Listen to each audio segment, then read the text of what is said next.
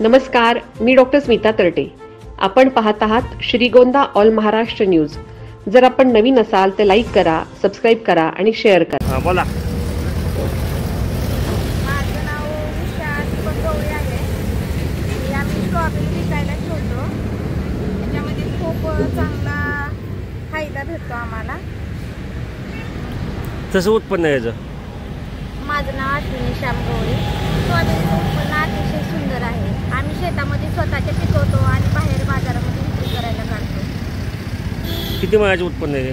ती 3 महिन्याचं आहे. म्हणजे लागवड अगोदर करतो आम्ही, परत 3 महिन्याने रोपं तयार करतो, मग रोप बाहेर विक्रीला देतो आणि राहिलेला खोडवा म्हणून असतो त्यातून आम्ही स्ट्रॉबेरीचं उत्पन्न काढतो.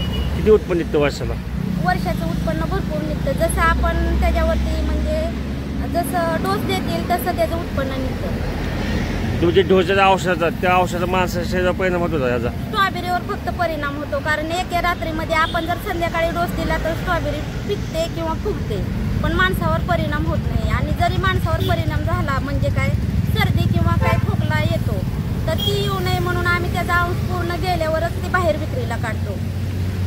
तो पण काढतो. आणि हळद? आणि हळद पण स्वतः आम्ही शेतामध्येच पिकवतो. त्याचं किती महिन्याचं उत्पन्न आहे? ती 6 महिन्याचं उत्पन्न आहे हळदीचं.